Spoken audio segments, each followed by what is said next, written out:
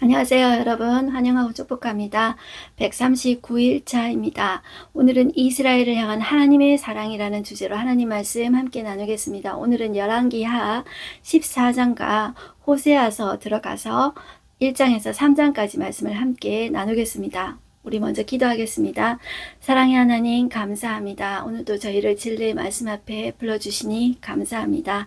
하나님, 이스라엘을 향한 하나님의 사랑은 한도 끝도 없습니다. 그 사랑을 오늘 또 우리가 보면서 하나님 우리에게 베풀어 주신 햇빛과 공기를 우리는 당연하게 여기듯이 그 하나님의 사랑을 당연하게 여기고 있지 않는지 우리 자신을 살펴보기를 소망합니다. 이 시간에도 하나님 우리의 눈과 귀를 열어주셔서 그 하나님의 사랑은 당연한 것이 아니라 하나님이 생명을 주셔서 우리를 주고 사시고 그 하나님이 생명으로 우리를 얼마나 사랑하고 계시는지를 보여주시는 그 사랑을 우리가 확인하며 보는 시간 되어지기를 소망합니다. 하나님 우리의 영의 눈과 귀를 열어 주시옵소서. 성령 하나님 이 시간에도 주장하시고 다스려 주십시오. 예수님의 이름으로 기도드렸습니다. 아멘. 네. 오늘 우리가 열왕기하 14장을 하면서 호세아서 이제 말씀을 끼워 읽겠는데요. 우리는 아직까지 이 열왕기상하 물고기 그림의 몸통 부분 이야기가 끝나지 않았습니다. 이 몸통 부분 이야기는 15장까지 열왕기하 15장까지 계속되고요. 이 주제는 아하방 이야기다. 이 몸통 부분에 이제 상당한 부분을 아하방 이야기다 이렇게 생각하셔야 됩니다. 그런데 남쪽 유다 이야기가 나오는 것은 이 아하방의 딸이 남쪽으로 시집갔죠. 그래서 바알과 아세라를 신고 거기도 바알과 아세라 종교의 나라가 되게 됩니다. 그 과정을 우리가 이제 지켜보는 중간이기 때문에 초점이 어디 있다, 몸통 부분은 아하방에 있다, 이렇게 보셔야 되겠습니다. 우리 오늘 리딩 가이드 한번 보겠습니다.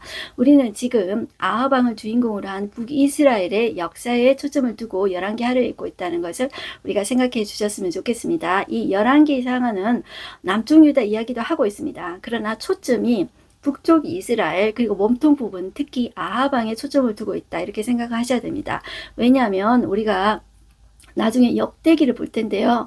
이 역대기에는 초점이 북쪽 이스라엘 역사는 아예 잘라내고 없습니다. 그리고 남쪽 유다 역사로만 이제 주인공을 이렇게 하고 있기 때문에 그렇게 우리 열왕기상하는 그렇게 보셔야 되겠다는 것입니다. 자, 계속 한번 보겠습니다. 우리 남유다 9대 왕 아마사에 대해서는 우리가 배경 처리를 하면서 짧게 한번 살펴보겠습니다.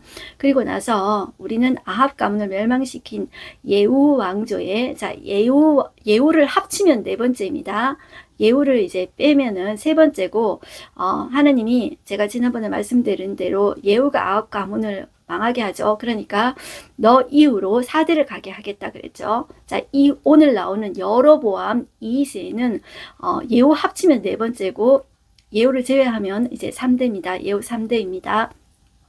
이 북쪽 이스라엘 역사에서 가장 흥왕하고 부유한 시기였다고 할 수 있겠습니다. 솔로몬 때도 있죠. 솔로몬 때의 그 영광을 지금 여로보암 2세 때 누리게 됩니다. 바로 이때 하나님은 3명의 기록 선지자를 등장시키게 됩니다. 그들은 바로 북쪽 이스라엘 향해서 외친 오늘 보는 호세아, 아모스, 요나 이 세 사람이 됩니다. 이제 우리는 열왕기상하 물고기 그림 꼬리 부분 시작하기 바로 직전인 것을 염두에 두고 이제 우리는 호세아서를 읽겠습니다.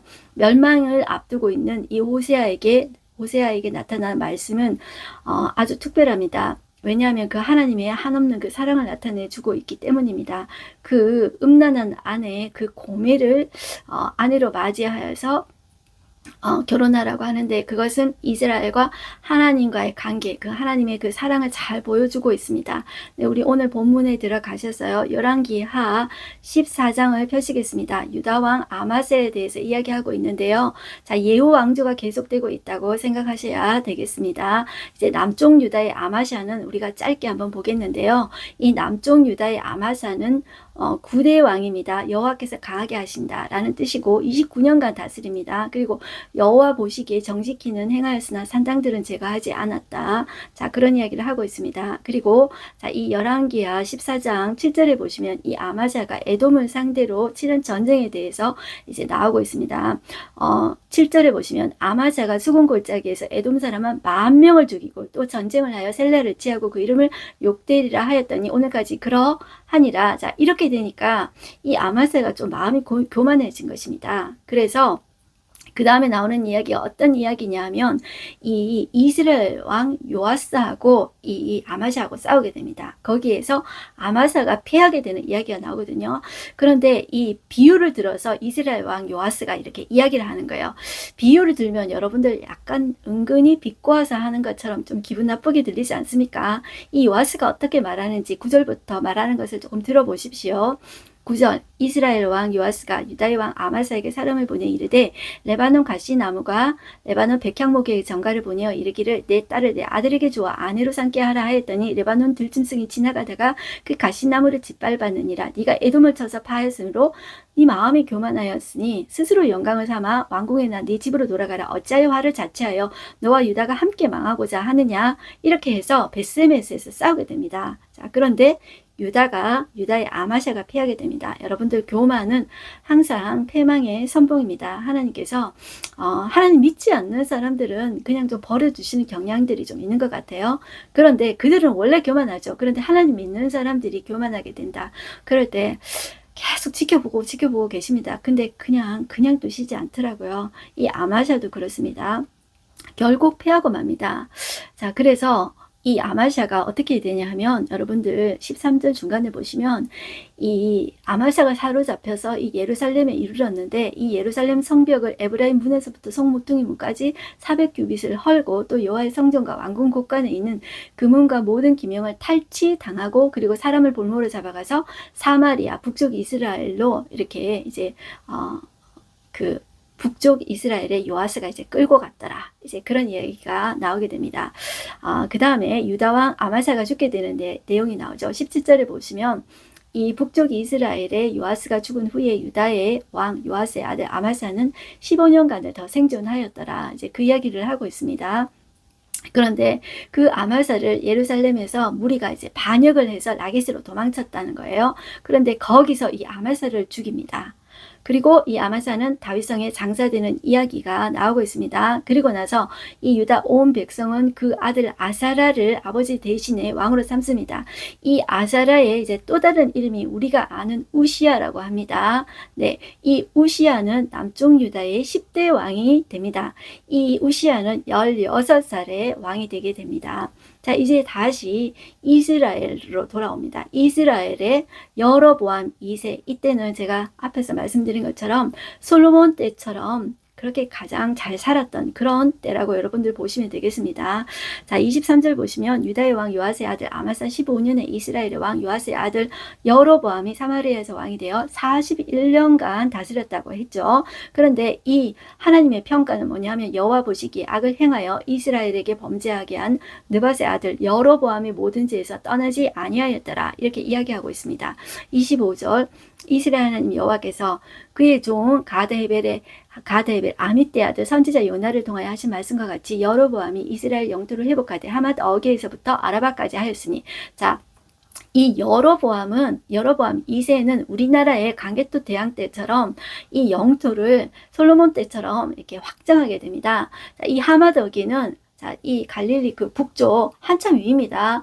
그 북방 경계선이라고 보시면 되겠습니다. 그 하맛 어게에서부터 아라바 바다는 사해, 염해를 아라바 바다라고 하죠. 거기까지 확장시켰다. 이렇게 이야기하고 있는데 그 다음에 나오는 이야기가 여러분들 잠깐만 생각해 보십시오.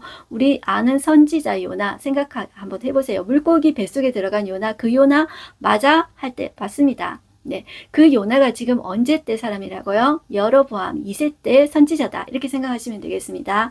그때 여러분들 한번 떠올려 보세요. 요나 생각하면 하나님이 뭐라고 했냐면 그 당시에 강대국 아수르의 니느웨로 가라 그러는데 가기 싫어요 하다가 물고기 뱃속에 들어갔던 그 요나 있죠. 자, 그 요나가 이제 그렇게 예언했다는 거죠. 자, 26절 한번 보겠습니다. 이는 여호와께서 이스라엘의 고난이 심하여 매인자도 없고 노인자도 없고 이스라엘 도울 자도 없음을 보셨고 여호와께서 또 이스라엘의 이름을 천하에서 없이 하겠다고도 하지 아니하였으므로 요아스의 아들 여로보암의 손으로 구원하심이었더라. 그래서 참 영토를 확장하게 되는데요. 어디까지 확장하게 되냐 하면 여러분들 그 아수르가 강대국이라 그랬죠. 자, 아수르가 이제 한참 크고 있어요. 그런데 그 중간에 낀 나라가 여러분들 시리아, 아람.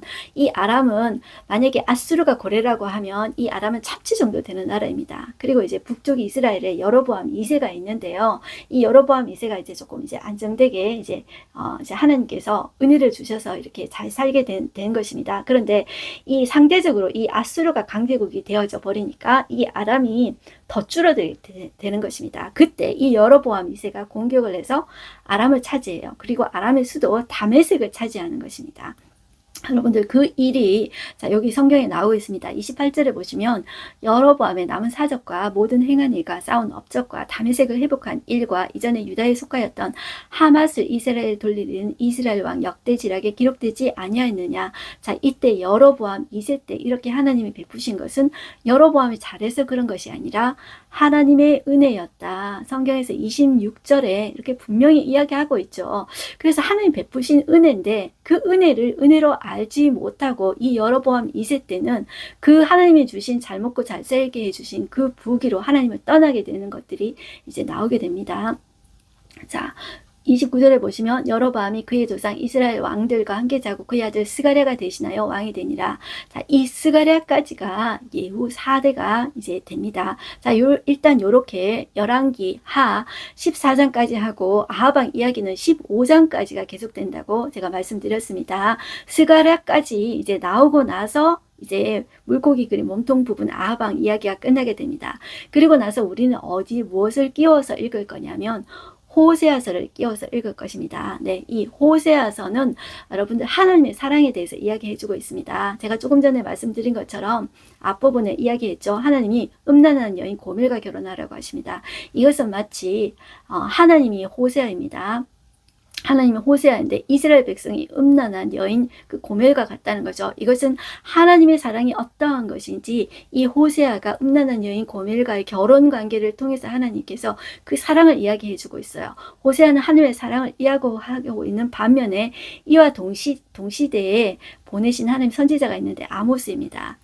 이 호세아는 하나님의 사랑을 이야기하고 있고 아모스는 무엇을 이야기하고 있냐면 공의, 하나님의 정의를 하수같이 여러분들 들어보셨죠? 여러분들 하나님의 사랑과 하나님의 정의, 공의는 세상적으로 보면 반대되는 개념이라고 할 수 있죠. 그렇지만 사랑 없는 정의도 없고 정의 없는 사랑도 진정한 사랑이 아닙니다. 이것은 하나님의 그 완벽한 그 사랑의 모습을 보여주고 있는 것입니다. 하나님의 사랑과 하나님의 정의는 같이 가게 됩니다. 그런데 세상은 이제 조금 다르죠. 그러니까 진리, 정의가 우세하면 사랑 없이 막 칼로 막 쳐대잖아요. 그렇지만 하나님의 사랑은 정의를 동반한 사랑이며 그리고 이 아모스에서는 하나님의 공의를 이야기하고 있다는 거. 그 점에서 여러분들 사랑과 호세아서의 사랑과 아모스의 정의 이제 균형을 이루어서 보셨으면 좋겠습니다. 그리고 제가 조금 전에 말씀드린 요나서 이때에 하나님께서 사람 선지자로서 최초의 이제 선교사라고 할 수 있는 요나를 그 당시에 강대국인 아수르에 보내죠. 이 세 권의 이 선지서를 끼워 읽게 됩니다. 호세아, 아모스, 이 균형을 이루죠. 사랑과 진리, 사랑과 정의, 공의 이렇게 생각하시고 요나는 어디에 보냈다? 그 당시에 강대국 아수르에 보냈다. 이렇게 생각하죠. 세 권의 소선지서가 발생하고 그리고 나서 우리는 다시 열왕기하 15장 스가랴 나오는 부분까지 한번 살펴보겠습니다. 오늘은 호세아 3장까지를 우리가 한번 살펴보겠고요. 이제 호세아 1장을 펴시고요. 호세아는 하나님의 사랑을 말하고 있다. 이렇게 보시면 되겠습니다. 호세아라는 이름의 뜻은 여러분들 구원자, 하나님은 구원자라는 뜻이라는 것이죠.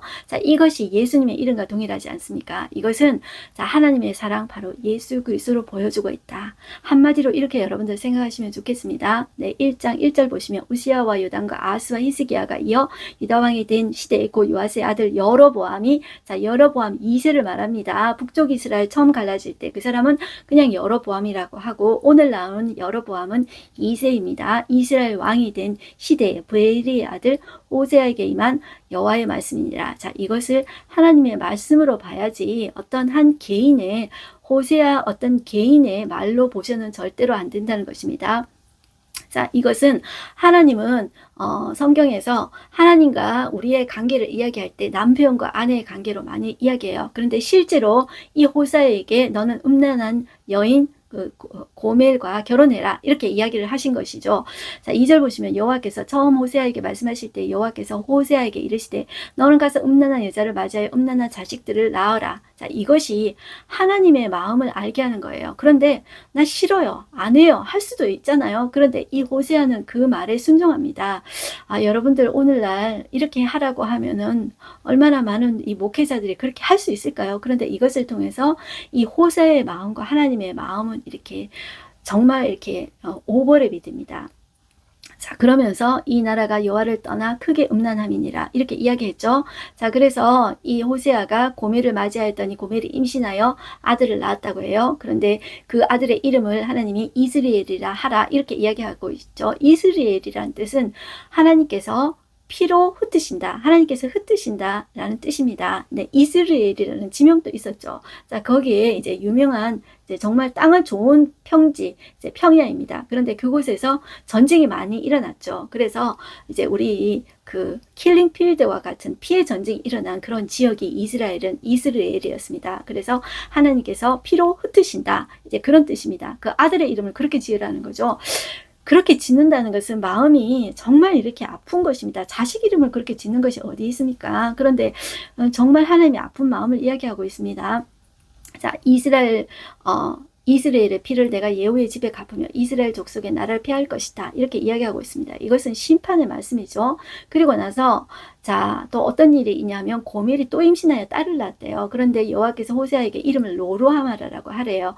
로자가 들어가면은 노라고 생각하시면 되겠어요. 이 말은 무슨 뜻이냐면 긍휼의 여김을 받지 못한다. 루하마라는 뜻은 긍휼의 여김을 받는다. 로가 들어가면 노라는 뜻으로 받지 못한다 이렇게 생각하시면 되겠어요. 자, 그렇게 하라는 거죠. 그런데 여러분들 한번 생각해 보실래요? 자식을 낳았는데 자, 이 여자가 음란한 여자예요. 그런데 이 자식이 내 자식인지 외도해가지고 낳은 다른 사람의 자식인지 그걸 알지 못하잖아요. 자, 그런데 이제 그 이름을 그렇게 지으라고 그랬던 거죠. 그런데도 불구하고 7절 보시면 하나님은 그러나 내가 유다 족속을 긍휼히 여겨 그들의 하나님 여호와로 구원하겠고 활과 칼이나 전쟁이나 말과 마병으로 구원하지 아니하리라 하니라. 자, 이렇게 또 이야기해요. 그리고 이 고멜이 젖을 뗀 후에 또 임신해서 또 아들을 낳았어요. 자, 이런데 이름을 로암미라 하라. 자, 이런데 이 로암미라는 이름의 뜻은 내 백성이 아니라 이렇게 이야기해요. 자, 이 자식도 뭐 호세아의 자식인지 아닌지 그거는 모르잖아요. 자, 그럼에도 불구하고 하나님의 사랑을 한번 보실까요? 그 다음에 나오는 소주제가 이스라엘이 회복되리라 라는 주제입니다. 자, 뭐 한마디로 말하면 회복, 구원에 대한 메시지겠죠. 10절 보시면 그러나 이스라엘 자손의 수가 바닷가에 모래같이 되어서 헤아릴 수도 없고 셀 수도 없을 것이며 전에 그들에게 이르기를 너희는 내 백성이 아니라 한 그곳에서 그들에게 이르기를 너희는 살아계신 하나님의 아들들이 할 것이라. 자, 회복의 메시지 않습니까? 자, 이 하나님이 왜 이랬다 저랬다 하시냐 이렇게 생각할 수도 있는데 여러분들 거의 모든 예언서에 다 그렇습니다. 하나님께서 심판하시지만 반드시 회복하신다. 심판하시나 회복하신다, 구원하신다. 그 메시지를 같이 하고 있어요. 이사야서 같은 경우에도 총 66장인데요. 메시지의 주된 핵심이 심판하시나 구원하신다입니다. 그래서 거의 한 39편까지가 심판에 대한 이야기가 나오고 그 다음 40장부터 66장까지가 구원에 대한 메시지, 회복에 대한 메시지인데요. 제가 예를 들어서 이사야서를 말씀드렸는데 자, 모든 거의 예언서에 이제 기둥이 심판하시나 구원하신다입니다. 그런데 하나님이 심판하신다 이렇게 말을 하면서도 계속 그 끝에는 구원하신다, 회복하신다 이 메시지를 계속 놓고 있어요. 이게 왜 그러냐면 여러분들 우리 인간은 그렇습니다. 계속 심판하신다, 너 벌 받는다, 벌 받는다 이렇게 하면은요 우리는 버텨낼 수가 없습니다. 네, 사람도 아니고 하나님께서 너 벌 받는다, 벌 받는다, 벌 받는다 하는데 우리가 숨을 쉴 수가 없는 것을 하나님께서 아십니다. 그래서 하나님이 그 심판의 목적이 하나님의 백성에 대한 그 심판, 벌의 목적이 그 심판이 끝이 아니라 구원하신, 회복하신 목적이라는 것을 하나님이 말해주고 계신다는 거죠. 여기에서 우리는 하나님의 사랑을 보셔야 합니다. 하나님께서 너 정말 돌아와야 된다. 너 정말 좀 더 가면은 안 된다. 이제 돌아와라, 돌아와라. 내가 회복시키겠다. 자, 우리가 하나님께 돌아가면 회복은 누가 시키십니까? 하나님께서 회복시키십니다. 우리는 회복 불능자입니다. 우리 스스로 회복할 수가 없는 자입니다. 하나님께서 우리를 회복하시도록 우리가 하나님께로 방향을 돌이키고 그에게 그 하나님만 응시하고 그 하나님께만 초점을 두면 됩니다. 자, 그리고 나서 우리 2장 1절 보시면 너희 형제에게는 안미라 하고 너희 자매에게는 루아마라 하라. 자, 여기에서 안미라는 말은 밑에 보시면 나오는데 내 백성이라, 그리고 루하마는 긍휼히 여김을 받는 자라, 이렇게 이야기하라는 거죠. 자, 여러분들 제가 전에 한번 말씀드렸는데 여러분들 기억날지 모르겠습니다. 이 히브리 성경은 원래 이 두루마리로 되어 있어서 장과 절이 없습니다. 그런데 이 헬라어 성경으로 번역하면서 70인 성경으로 번역하면서 이 찾기 쉽게 하기 위해서 장과 절을 구분해 놓은 것입니다. 그래서 이 1장의 그 끝부분과 2장의 이 1절 이 부분은 연결된다고 보시면 되겠어요. 그래서 하나님이 이스라엘을 회복하리라, 그 메시지 안에 이제 또 자식을, 형제를 놓으면 이제 안미, 그 다음에 로하마라 하라, 이렇게 이야기하고 있습니다. 그러면서 하나님은 너희 안에 그런데 말이야 음란을 제거해야 돼. 자, 하나님은 이 있잖아, 정의 없는, 이제 거룩 없는 이 사랑을 절대로 할 수가 없습니다. 하나님 속성상. 그러면서 자, 그들의 음란의 죄를 하나님께서 이 법적인 용어를 들어서 사용하고 계세요. 2절 보시면 너희 어머니와 논쟁하고 논쟁하라. 이 논쟁하고 논쟁하라, 이 용어는 우리는 뭐 논쟁하다 뭐 이런 말을 하지만 이 용어 자체가 법적인 용어래요. 자, 그렇게 하면서 너희의 어떤 죄의 목록을, 죄를 이야기하고 있어요. 그 죄가 뭐냐면 음란이라는 거죠. 그러면서 음란을 제거하라. 그렇지 아니하면 내가 너를 발가벗겨서 그 나드날과 같이 할 것이라. 자, 이것도 그 하나님의 사랑으로 보셔야 됩니다. 자, 이 사랑의 말 끝에 하나님은 계속 회복의 메시지를 계속하고 있다는 거죠. 자, 여러분들 이 음란은 우리 자신에게도 해가 되기 때문에 하나님께서 그것을 이제 금지하시는 것입니다. 음란은 우리 몸을 함부로 쓰는 것입니다. 내 몸의 가치를 모르기 때문에 내 몸을 함부로 합니다. 제가 그 조정민 목사님 말씀을 들었는데요. 그 목사님이 이런 예를 드시더라고요. 요즘에 여러분들 핸드폰 비싼 거 많이 있지 않습니까? 핸드폰 이제 비싼 거를 함부로 여러분들 다룹니까? 그 핸드폰 그 비싼 거 위에 뜨거운 속 같은 거 올려놓습니까? 절대로 그렇지 않죠. 비싼 핸드폰에다가 마음대로 막 물에 넣고 막 던지고 깨뜨리고 그럽니까? 절대로 그렇지 않죠. 왜냐하면 너무 비싸니까, 너무 귀하니까, 그 핸드폰의 가치가 너무 귀하니까 귀한 걸 함부로 다루지 않죠. 그런데 우리는 내 몸의 가치를 모르기 때문에 함부로 다루는 거죠. 이 음란이라는 것도 내 몸을 함부로 다루는 거라고 여러분들 생각하셔야 됩니다. 그 음란은 쾌락으로 시작한 거라고 생각하지만 그 자체도 내 몸을 함부로 다루는 거라고 생각하셔야 됩니다. 예수님께서 우리 몸을 하나님이 거하시는 처소라고 했습니다. 그래서 여러분들 내 몸을 함부로 다루면 안 돼요. 내 몸을 잘 관리하는 것도 하나님이 원하시는 것입니다. 자, 그래서 가치를 모르기 때문에 함부로 이렇게 하는 거예요. 그래서 하나님을 떠나는 사람들이 하는 이제 행동들이 이제 음란입니다. 그래서 그냥 단순한 쾌락적인 의미라는 것을 떠나서 이 음란이 내 몸을 상하게 하고 하나님이 싫어하는 것일 뿐만 아니라 이 내 몸의 가치를 떨어뜨리는 거, 이 내 몸을 상하게 하는 것이라는 것을 여러분들이 기억하셨으면 좋겠습니다. 자, 그리고 8절로 한번 가보겠습니다. 곡식과 새포도주와 기름은 내가 그에게 준 것이요 그들이 바알을 위하여 쓴 은과 금도 내가 그에게 더하여 준 것이거늘 그가 알지 못하였도다. 자, 이것은 어떤 말이냐면 하나님이 주신 포도주와 기름, 하나님이 주신 은과 금, 이것을 바알이 줬다고 생각하는 거죠. 그래서 바알한테 갖다 바치는 거죠. 그러면서도 알지 못하는 거죠.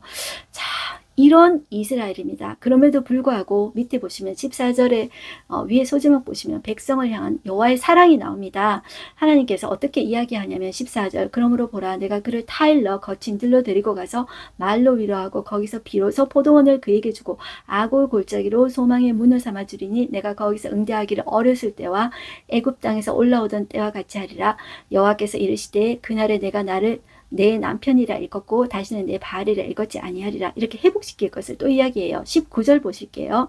내가 네게 장가들어 영원히 살 때에 공의와 정의와 은총과 긍휼의 여김으로 네게 장가들어 진실함으로 네게 장가들리니 네가 여호와를 알리라. 이렇게 이야기하고 있어요. 하나님과 우리의 관계를 신랑과 신부의 관계로 이야기해요. 하나님이 이 자격 없는 우리에게 하나님의 사랑도 깨닫지 못하는 우리에게 장가드는데 진실함과 공의로 긍휼히 여김으로 하나님 사랑과 은총으로 그렇게 장가들겠다 이렇게 말씀하고 계십니다. 그 말씀을 여러분들 보시면 좋겠고요. 이제 3장으로 넘어가겠습니다.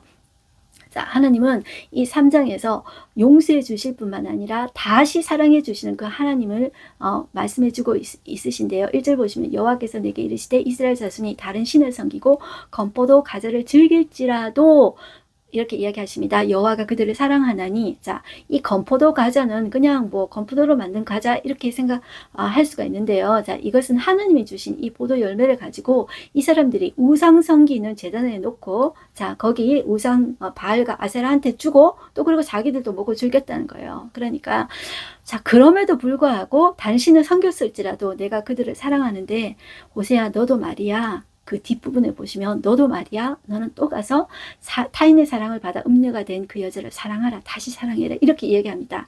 이미 세월이 좀 흘러서요, 이 고멜이라는 이 여자가 이제 음란을 하고 막 돌아다녔습니다.